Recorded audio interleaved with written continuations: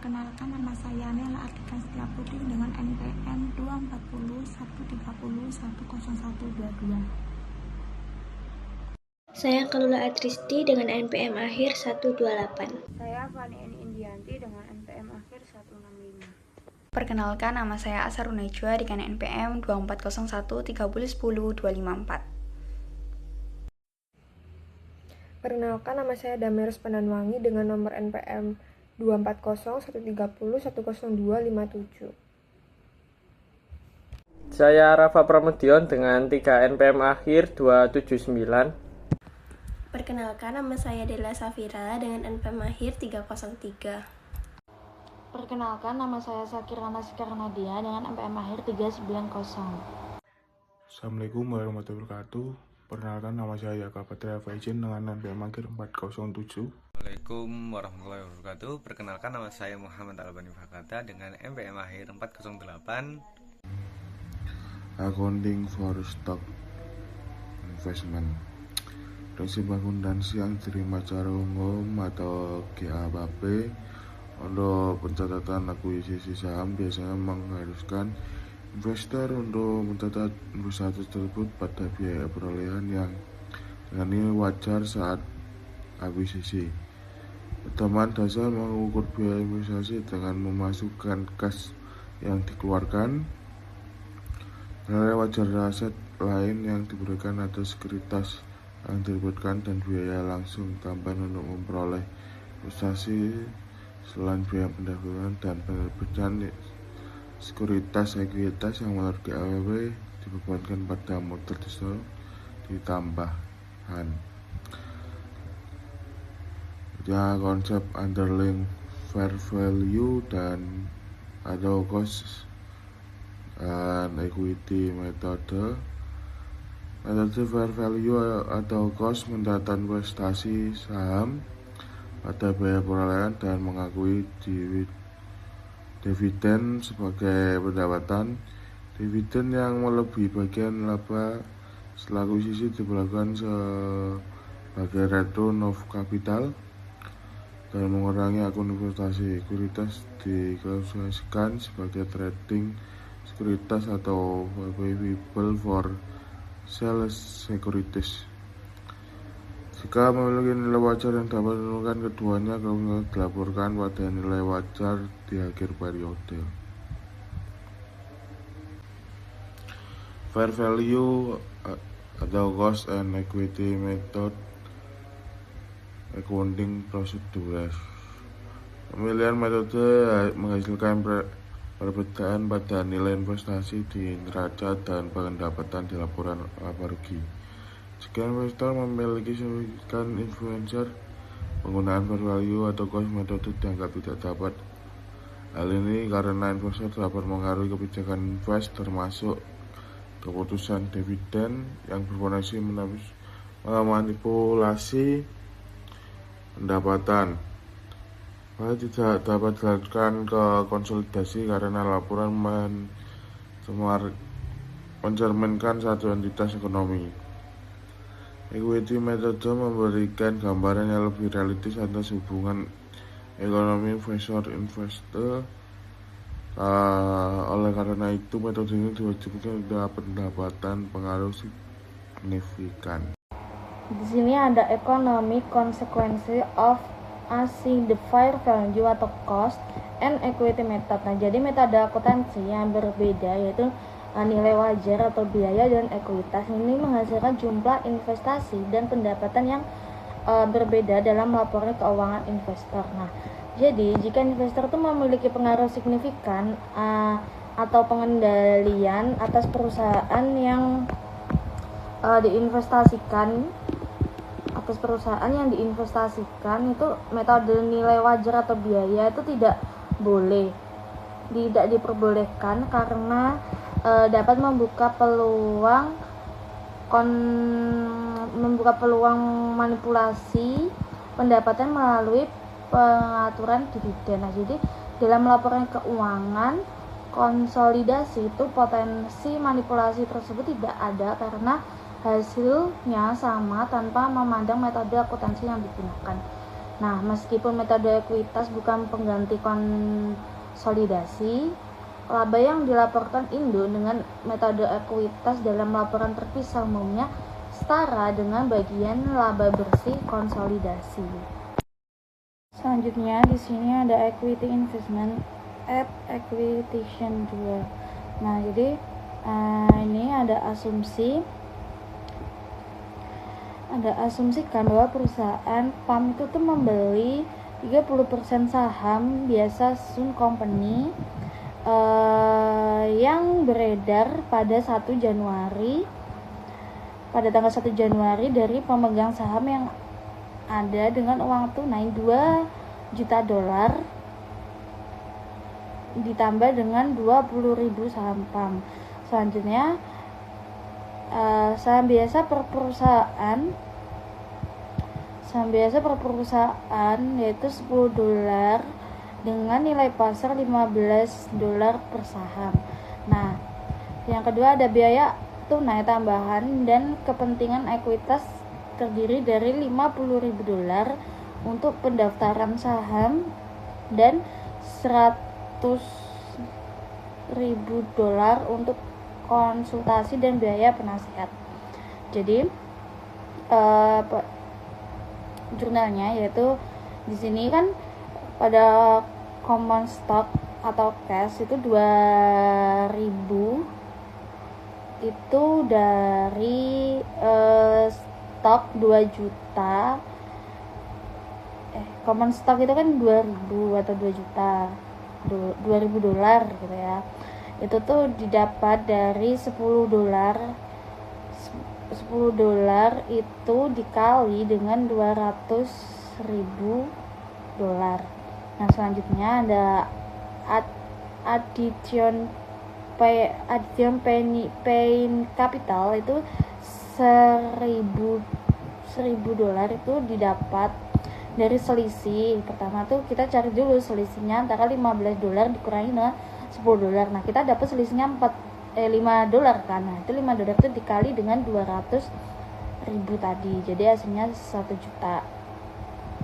Nah, selanjutnya dicatat cash sebesar 2.000.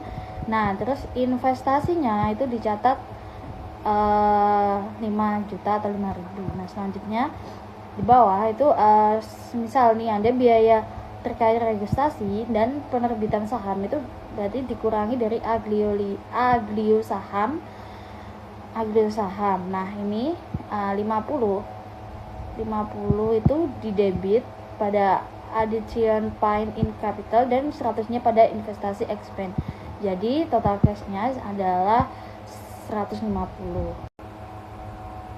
Selanjutnya ada assessment of excess investment cost over underlay book value of equity. Jadi di sini ada book value dan fair value. Jadi kita pertama bahas book value, itu ada total aset dan total liabilitas stock equity. Jadi kita pertama total aset. Nah, jadi di sini ada cash sebesar 1.500, receivable 2.200, inventory sebesar 3.000, other current asset sebesar 3.300 dan equipment sebesar 5.000, jadi totalnya 15.000.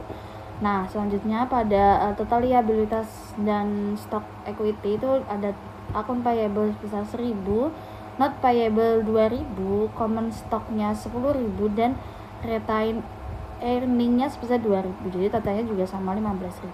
Nah, pada fair value itu cashnya 1.500, receivable 2.200, inventory-nya 4.000, dan equipment-nya outer current asset-nya 3.100 dan equipment-nya 8.000, jadi totalnya 18.000.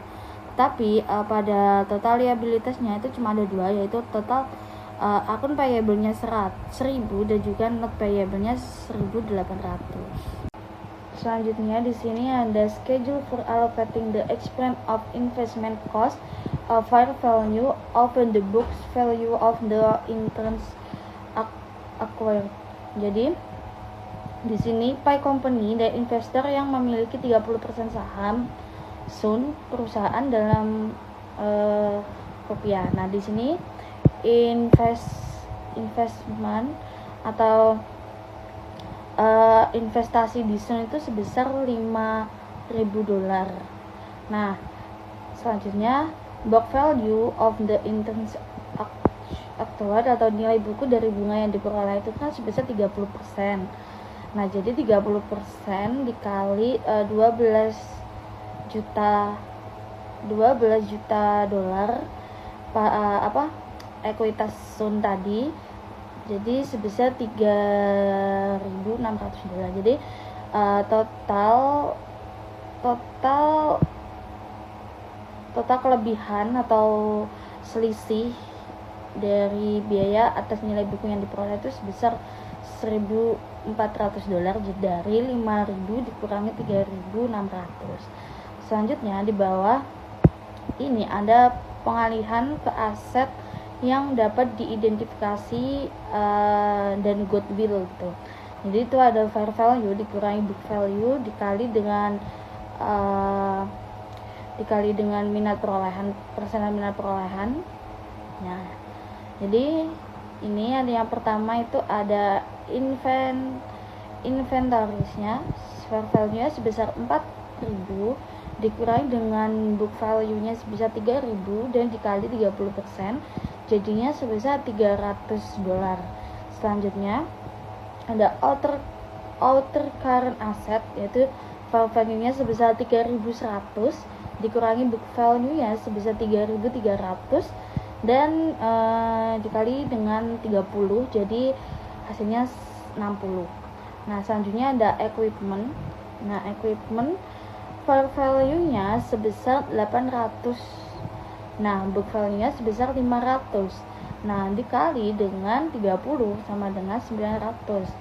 Selanjutnya net payable-nya fair value-nya sebesar 1.800 dikurangi dengan 2.000 book value dan dikali 30 sama dengan 60. Nah, jadi totalnya itu 300 dikurangi 60 ditambah 900 dan ditambah 60, jadi hasilnya 1.200. Nah, selanjutnya di bawah itu ada sisa alokasi untuk goodwill. Jadi sisa alokasinya itu didapat dari 1.400 dikurangi 1.200, jadi sisanya adalah 200. Nah, selanjutnya 1.200 itu ditambah dengan sisanya tadi yang 200, jadinya hasilnya adalah 1.400. Pada slide ini kita akan membahas tentang accounting for excess of investment cost over book value atau akuntansi untuk selisih lebih harga perolehan investasi di atas nilai buku. Nah, ketika perusahaan induk membeli saham perusahaan anak, seringkali harga yang dibayar lebih tinggi daripada nilai buku aset bersih perusahaan anak tersebut. Nah, selisih inilah yang disebut sebagai excess of investment cost over book value. Selisih ini tidak langsung dapat diakui sebagai beban, tapi harus dialokasikan ke aset dan kewajiban yang terkait, lalu diamortisasi dengan karakteristik masing-masing aset atau kewajiban. Ada contoh sebagai berikut. Perusahaan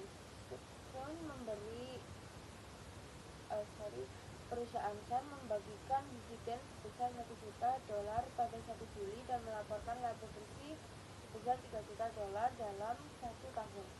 Kemudian excess cost tersebut diamortisasi dengan tarif yang berbeda-beda tergantung jenis asetnya. Yang pertama untuk persediaan yang terjual di tahun berjalan diamortisasi 100% karena manfaat ekonominya sudah habis di tahun tersebut. Yang kedua, untuk aset lancar lainnya yang dilepas di tahun berjalan juga diamortisasi 100%. Ketiga, untuk peralatan karena memiliki umur manfaat 20 tahun maka diamortisasi sebesar 5% per tahun.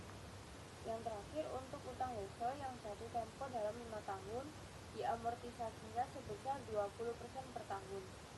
Artinya setiap jenis aset memiliki pola pengakuan beban yang berbeda sesuai dengan masa manfaatnya.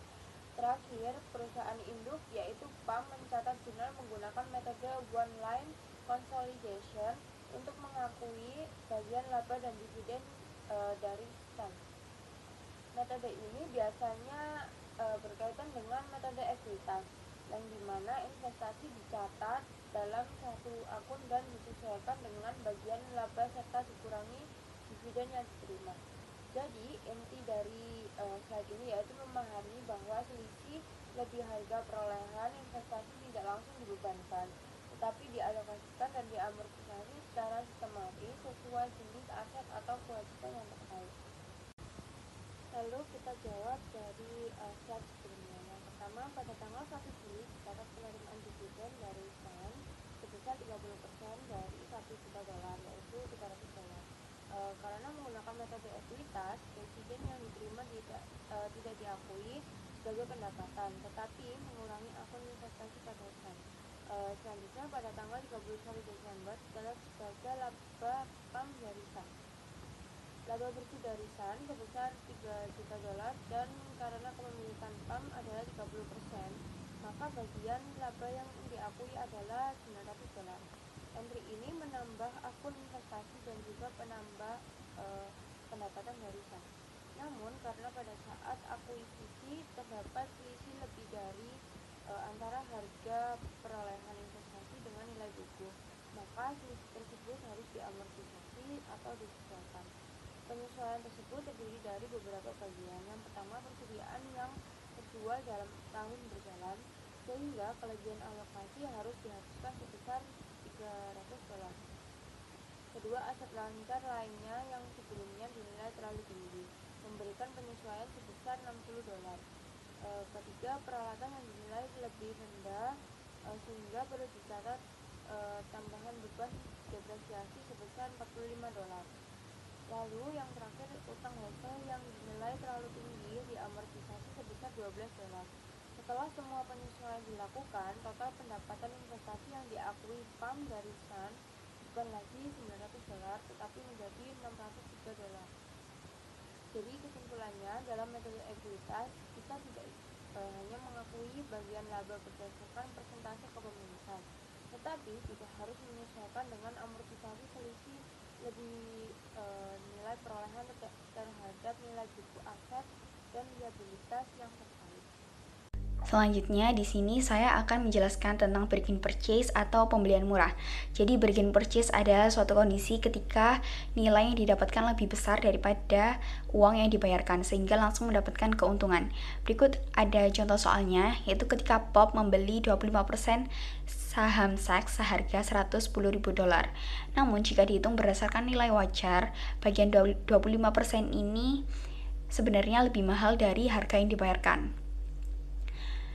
Di sini yang pertama kita harus menghitung nilai bagian yang dibeli. Jadi nilai wajar aset bersih Saks seharga $480.000, kemudian dikalikan dengan persentase saham yang dibeli oleh Pop sebesar 25%, maka yang seharusnya dibayarkan oleh Pop adalah sebesar $120.000. Namun di sini Pop hanya membayar $110.000. Nah, di sini ada selisih $10.000 atau disebut sebagai diskon, atau inilah yang disebut sebagai bargain purchase. Jadi Pop langsung mencatat keuntungan sebesar $10.000. Kemudian pada jurnalnya ini Pop mencatat investasi sebesar $120.000, kemudian kas keluar sebesar $110.000, kemudian keuntungan bargain purchase tadi sebesar $10.000. Nah, kemudian di sini Saks membagi dividen sebanyak $40.000. Nah, karena persentase saham yang dimiliki oleh Pop sebanyak 25%, maka mendapatkan $10.000. Nah, dividen ini bukan laba, jadi hanya mengurangi investasi. Kemudian di sini juga diketahui bahwa Saks mendapatkan untung sebanyak $60.000. Nah, karena saham Pop sebesar 25%, maka Pop mendapatkan $15.000. Namun, ini perlu dikurangi lagi dengan persediaan habis jual sebanyak $5.000 dan bangunan yang disusutkan selama 4 tahun, yaitu $3.750.000, yaitu dari $15.000 dibagikan dengan 4 tahun. Sehingga laba yang diakui adalah $15.000 dikurangi 5.000 dikurangi 3.750 sehingga mendapatkan laba yang diakui yaitu $6.250.000. Maka saldo akhir yang dimiliki oleh POP adalah yang tadi $110.000 ditambahkan dengan laba yang diakui sebanyak $6.250.000 yaitu $116.250.000. Nah, kenapa beda dengan $105.000 yaitu dari 25% dikalikan $420.000? Hal ini karena masih ada sisa selisih bangunan yang belum habis disusutkan. Selanjutnya yaitu interim acquisition of investment interest atau akuisisi sementara untuk kepentingan investasi.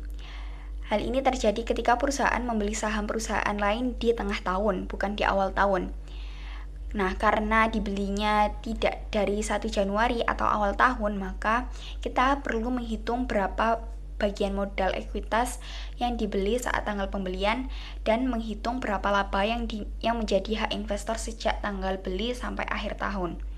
Hal ini memerlukan perhitungan khusus karena laba perusahaan biasanya dihitung untuk 1 tahun penuh, tapi investor hanya memiliki sahamnya sebagian tahun saja, maka laba harus dihitung proporsional sesuai waktu kepemilikan.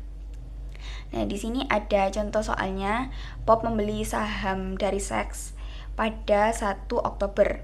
Nah, karena sudah lewat 9 bulan, maka dihitung yang pertama menghitung laba 9 bulan yaitu $25.000 dikalikan dengan 9 dibagi 12, maka mendapatkan laba $18.750.000.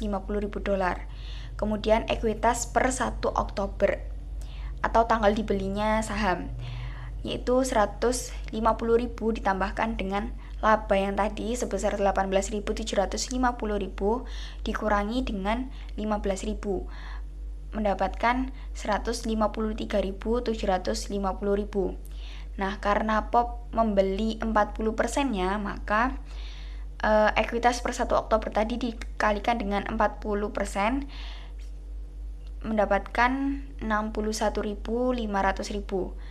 Nah, 661.500 inilah yang menjadi nilai buku bagian yang dibeli. Kemudian karena POP hanya membeli 40%, maka selisih antara fair value dan book value adalah $20.000 dikalikan dengan 40% yaitu 8.000. Nah, selisih ini harus dialokasikan dulu ke aset yang nilainya berbeda, misalnya bangunan. Kemudian sisanya baru dianggap menjadi goodwill.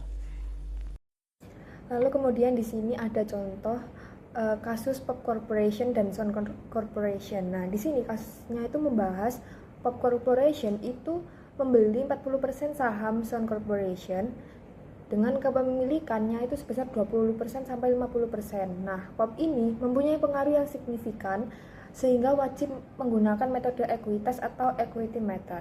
Nah, di sini perlu digarisbawahi ada 2 tanggal penting yaitu yang pertama tanggal 1 Oktober yaitu tanggal akuisisi dan tanggal 30 Desember sebagai tanggal akhir tahun pelaporan. Kemudian di sini kita akan menentukan excess cost over book value. Nah, di sini tuh kita harus nentuin dulu harga perolehan investasinya itu berapa. Nah, di sini ada informasi bahwa POP itu membeli 40% saham Sun dengan harga $80.000. Kemudian di sini kita harus menghitung juga book value ekuitas dari Sun itu sendiri. Nah, di sini itu ada ekuitas awal milik Sun itu sebesar $150.000, kemudian ada laba sampai 1 Oktober itu sebesar $18.750 dan dividen sebesar 15.000 di kredit. Nah, kemudian di sini kita harus menentukan total ekuitas Sun per 1 Oktober itu ada berapa. Nah, di sini itu totalnya adalah $153.750. Nah, kemudian POP itu mempunyai bagian sebesar 40% dari $153.750, yaitu sebesar $61.500. Kemudian selanjutnya kita akan menentukan excess cost over book value. Nah, karena harga beli itu lebih besar dari nilai buku, maka di sini itu harga perolehan dikurangi dengan book value sehingga hasilnya $18.500. Nah, ini itu disebut dengan excess cost over book value, yang artinya POP itu membayar lebih mahal dibanding nilai buku ekuitas Son. Kemudian kita juga akan menentukan alokasi excess cost. Dengan excess cost ini harus dialokasikan ke dua poin, yaitu yang pertama ke aset teridentifikasi, yaitu bangunan under value dengan nilai sebesar $8.000, yaitu dari 60.000 itu dikurangi dengan 40.000, kemudian dikalikan dengan 40%. Nah, lalu yang poin kedua ini excess cost itu harus dialokasikan ke sisa goodwill, yaitu sebesar $10.500, sehingga total tetap dari excess cost itu $18.500. Kemudian di situ ada jurnal-jurnal. Nah, yang pertama itu ada jurnal pada tanggal 1 Oktober itu untuk mencatat akuisisi. Nah, jurnalnya itu investment in Son di debit, kemudian kasnya di kredit sebesar $80. Nah, di sini itu untuk mencatat pembelian 40% saham Son. Kemudian yang kedua ada jurnal pada tanggal 31 Desember itu untuk mengakui laba Son, yaitu laba Son pada setahun itu sebesar $25.000. Nah, POP itu hanya mempunyai 40% dan hanya seperempat tahun, yaitu mulai dari Oktober sampai dengan Desember yang bisa diakui oleh POP, sehingga perhitungannya itu 40% dikalikan dengan 25.000 dikali dengan seperempat, sehingga menghasilkan nilai sebesar $2.500. Nah, kemudian jurnalnya itu investment in Son di debit itu sebesar $2.5 in thousand. Kemudian income from Son itu di kredit sebesar $2.5 in thousand. Terus di situ jurnal pada tanggal 31 Desember itu untuk menunjukkan bahwa equity methodnya itu adalah investing yang menambah sebesar nilai investasi. Terus ada jurnal yang selanjutnya itu amortisasi excess cost bangunan. Nah, bangunan itu dialokasikan sebesar $8.000 dengan umur manfaat 20 tahun. Nah, untuk cara amortisasinya itu amortisasi tahunan, yaitu yang pertama 8.000 itu dibagi dengan 20, kemudian menghasilkan 400. Nah, karena cuman seperempat tahunnya aja yang bisa diakui oleh POP, maka 400 ini dikalikan dengan seperempat sehingga menghasilkan $100, sehingga jurnalnya itu income from Son di debit sebesar $100 atau 0,1 in thousand. Kemudian investment in Son di kredit itu sebesar 0,1 juga in thousand, sehingga di sini amortisasi itu mengurangi income dan nilai investasi. Lalu selanjutnya ada saldo akhir akun investment in Son. Itu untuk ringkasannya itu ada perubahan saldo. Di saldo awal itu ada 80.000, kemudian ada tambahan laba Son itu sebesar 2.500, kemudian ada dikurangi oleh amortisasi sebesar 100, sehingga saldo akhirnya itu $82.400. Kemudian ada nilai buku bagian POP di Son itu 40%, kemudian kita kalikan dengan $160.000 sehingga menghasilkan $64.000. Tapi saldo investasi POP itu ada $82.400, sehingga nanti $82.400 ini akan dikurangkan dengan nilai 64.000 yang tadi itu, sehingga menghasilkan 18.400. Nah, ini itu berasal dari excess cost awal sebesar 18.500, lalu dikurangi oleh amortisasi sebesar $100. Kemudian ada dividen yang tidak diakui sebagai pendapatan. Nah, dividen Son itu dibayarkan pada tanggal 1 Juli. Nah, karena pas waktu 1 Juli itu kan POP belum membeli saham. Nah, maka dari itu POP itu tidak mengakui dividen pada tanggal itu yang di bulan Juli itu, dan di equity method itu dividennya itu bukan pendapatan tapi pengurang investasi. Terus di dalam kasusnya ini itu dividen itu terjadi sebelum kepemilikan, jadi tidak dicatat sama sekali gitu. Kemudian selanjutnya ada investment in step by step. Nah, di sini konsep dasarnya investor tidak langsung punya pengaruh signifikan tapi bertahap. Nah, yang pertama itu kalau semisal saham yang dimiliki itu kurang dari 20%, itu berarti menggunakan cost method. Kemudian kalau semisal sahamnya itu sudah mencapai 20% atau lebih dari 20%, itu pakai equity method. Nah, di sini kalau semisal ada penyesuaian, maka harus dilakukan penyesuaian retrospektif. Kemudian di sini ada contoh soal, yaitu pada tanggal 2 Januari 2016 itu PT ini tuh membeli 10% seharga $750.000. Kemudian di tahun 2 Januari di tahun 2017 itu membeli lagi sebesar 10% juga, tapi seharga $850.000. Nah, maka di sini udah bisa kita ketahui kalau semisal saham yang dimiliki itu ada 20%.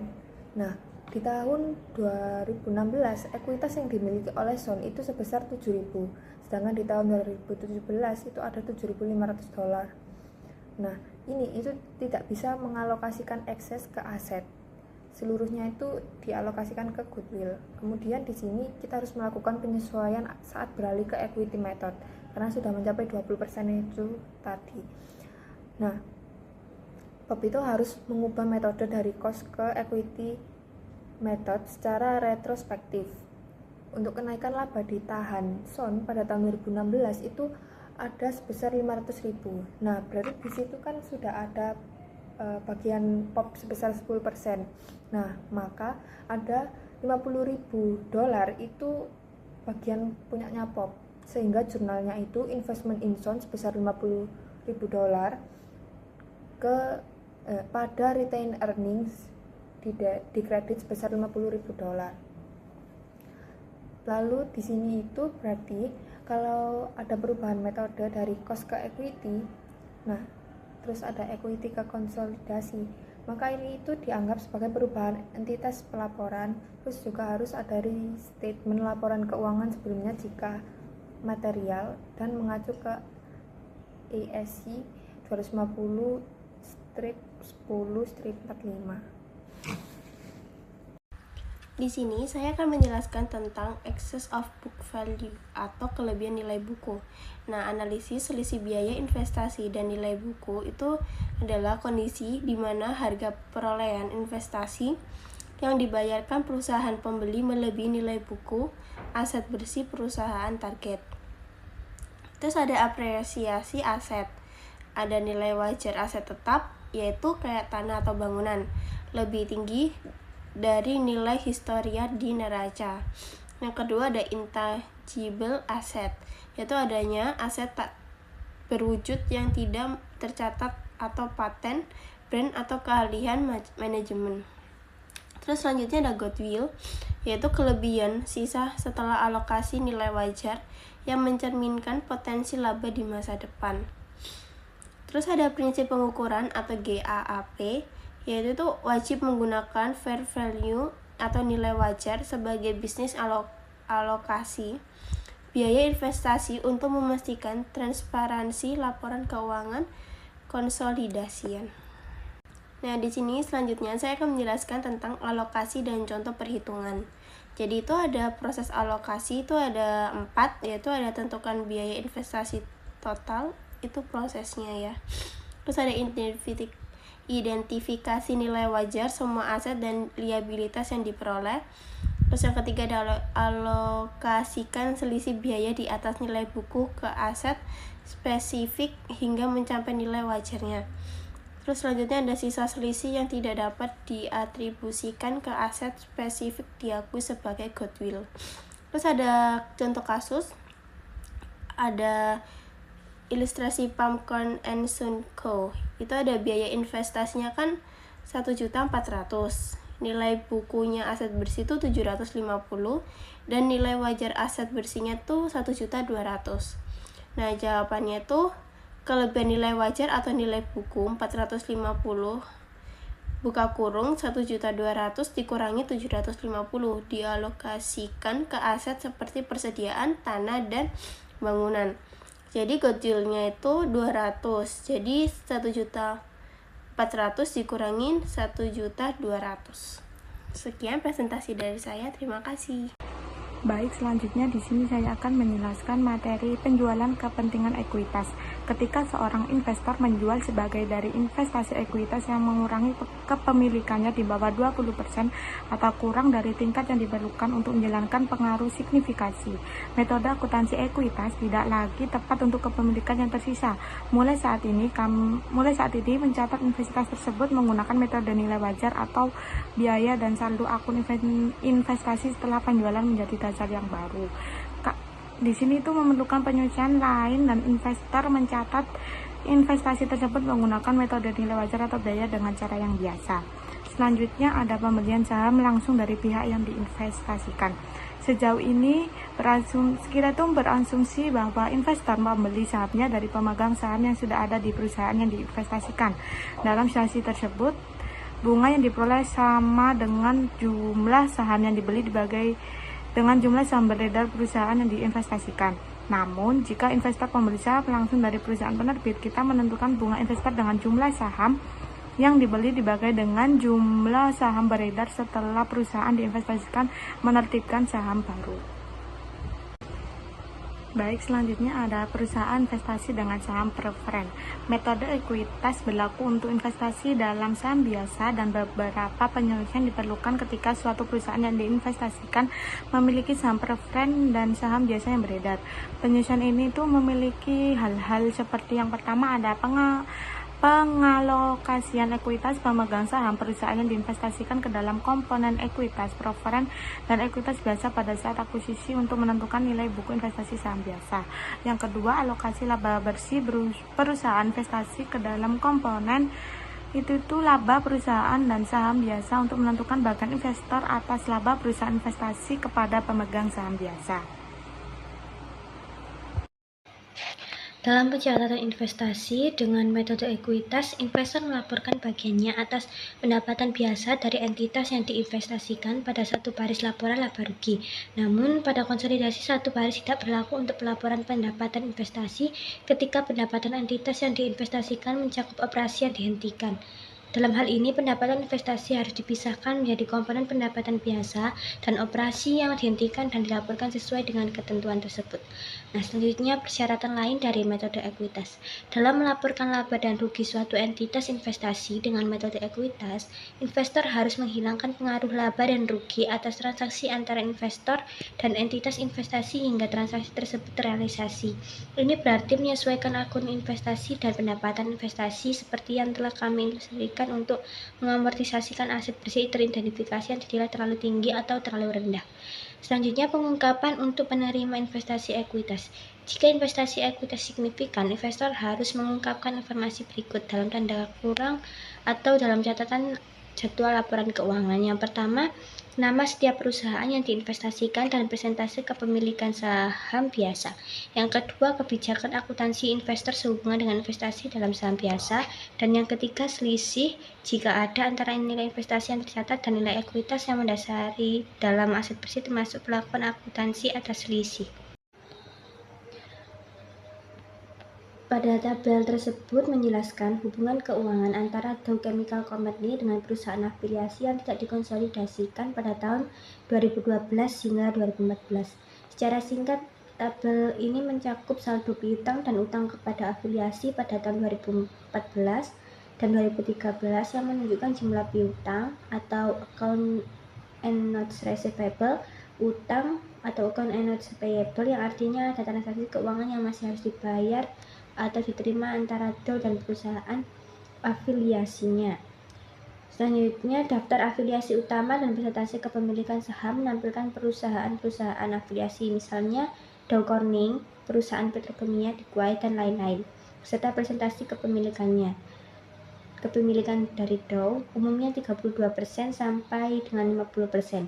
Nilai investasi dan laba dari afiliasi Dow melaporkan total nilai investasi pada afiliasi yang berjumlah miliaran dolar, laba yang diperoleh dari afiliasi tiap tahun, serta ringkasan laporan keuangan gabungan afiliasi utama berisi neraca ringkas yang berisi tentang aset, kewajiban, dan kepentingan non-pengendali, laporan laba rugi ringkas yang berisi penjualan, laba kotor, dan laba bersih, Maka kesimpulannya, tabel ini menunjukkan seberapa besar keterlibatan Dow Chemical dalam perusahaan afiliasi yang tidak dikonsolidasikan, baik dari sisi kepemilikan, transaksi keuangan, maupun kontribusi laba terhadap kinerja perusahaan. Selanjutnya saya akan menjelaskan mengenai related party transaction. Jadi pengertiannya ini adalah transaksi yang terjadi antara dua pihak yang memiliki hubungan khusus atau afiliasi, sehingga transaksi tersebut ini tidak dianggap terjadi secara arm's length atau tidak sepenuhnya independen seperti transaksi dengan pihak luar. Contohnya, perusahaan induk dengan anak perusahaan, perusahaan dengan direksi atau pemegang saham utama, dua perusahaan yang dikendalikan pihak yang sama. Jadi transaksi ini itu perlu diungkapkan karena ada kemungkinan pengaruh atau manipulasi harga yang tidak wajar.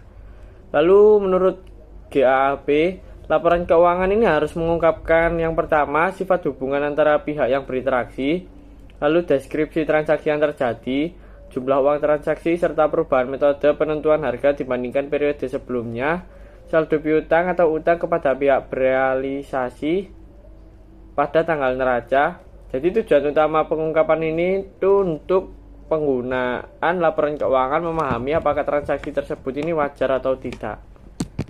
Lalu selanjutnya saya akan menjelaskan mengenai testing goodwill for impairment. Jadi goodwill dan aset tak berwujud dengan umur manfaat tak terbatas ini tidak diamortisasi, tetapi harus diuji setiap tahun untuk mengetahui apakah terjadi penurunan nilai atau impairment atau sebaliknya.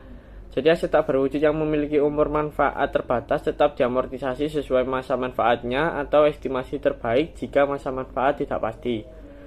Uji impairment ini dilakukan karena nilai ekonomi suatu perusahaan atau unit bisnis ini dapat berubah-ubah akibat kondisi pasar, kinerja perusahaan, atau faktor ekonomi lainnya. Jika nilai tersebut menurun, maka goodwill juga harus diturunkan nilainya dan diakui sebagai kerugian.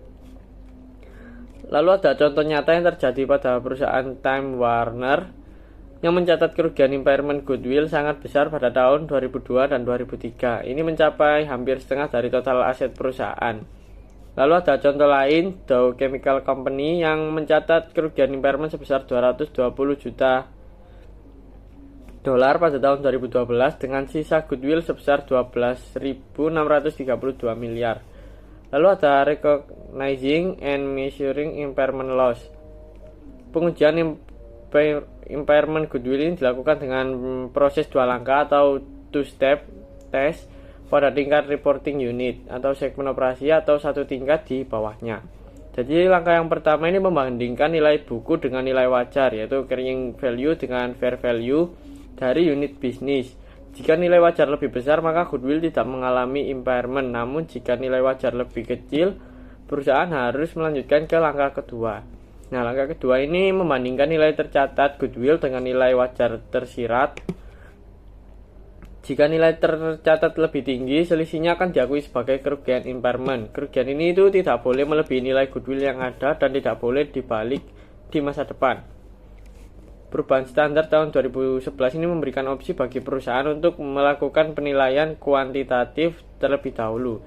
Lalu jika hasilnya ini menunjukkan bahwa kemungkinan besar nilai wajar masih lebih tinggi daripada nilai buku, maka perusahaan tidak perlu melakukan pengujian dua langkah. Kemudian saya akan menjelaskan tentang implied fair value of goodwill. Nah, bagaimana perusahaan menguji apakah goodwill mengalami penurunan nilai goodwill? Mungkin saat perusahaan membeli perusahaan lain dengan harga lebih tinggi nilai wajar aset bersihnya untuk menguji apakah goodwill masih layak dicatat. Nah, perusahaan itu harus menghitung kembali nilai wajar unit usaha sebagaimana nilai total wajar unit usaha, kemudian dialokasikan ke seluruh aset dan liabilitas yang dapat diidentifikasi setelah dikurang aset bersih. Dapat dilihat di bawah sini. Hal ini memungkinkan perusahaan harus menurunkan nilai goodwill agar mencerminkan kondisi yang sebenarnya. Kemudian determining the fair value of the reporting unit, yakni di mana nilai wajar adalah harga yang bisa diperoleh dalam transaksi normal jika perusahaan memiliki harga pasar aktif, misalnya saham diperdagangkan di bursa.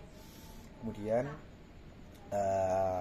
harga pasar menjadi indikator terbaik. Jika tidak ada pasar aktif, nilai wajar dapat diperkirakan menggunakan 4 tipe, yakni proyeksi arus kas, kemudian pendekatan nilai sekarang, perbandingan dengan perusahaan sejenis, kemudian multiple laba atau pendapatan.